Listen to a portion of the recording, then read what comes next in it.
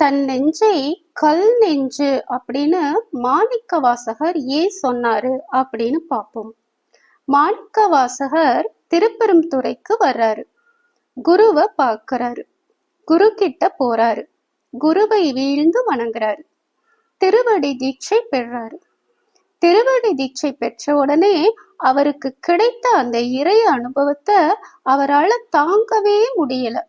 எலும்பு துளைக்கிற மாதிரி இருக்கு. அவரோட உடலும் உயிரும் உள்ளமும் அப்படியே உருகி நிக்குது. இதுக்கு முன்னாடி இப்படி ஒரு நிலை அவருக்கு கிடைக்கவே இல்லை. ஆனா குருவடி தீட்சை பெறாமலே நிறைய அன்பர்கள் கங்காதரா, ஜடாதரா, ரிஷபாரூடா, மகாதேவா இப்படின்னு இறைவனோட பேரை கேட்டாலே பக்தி பரவசத்துல மூழ்கி போறாங்க. யாராச்சும் பெரிய அருவி விழுகிற பாறையில அந்த இடுக்குக்குள்ள தலைகீழ மாட்டிக்கிட்டு தொங்குனா அவங்க உயிர் பிழைக்க எப்படி திணறுவாங்க? அது மாதிரி நிறைய அன்பர்கள் உன்னோட அருளை பெறணும் அப்படின்னு துடிச்சுக்கிட்டு இருக்காங்க.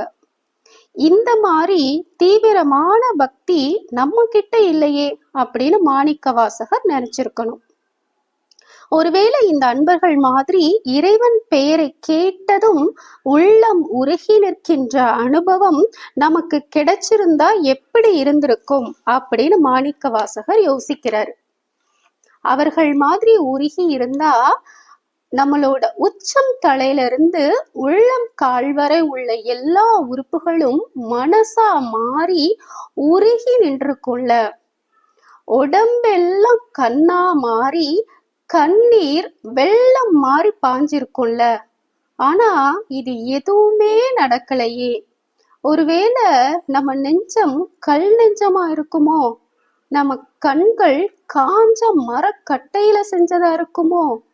இல்ல என்னோட வினை ரொம்ப கொடியதா இருக்குமோ அப்படின்னு இறைவனோட பெரும் கருணையை எண்ணி உடலும் உயிரும் உள்ளமும் உருகி நிற்கலையே அப்படின்னு மனம் வருந்தி பாடுறாரு மாணிக்கவாசகர்.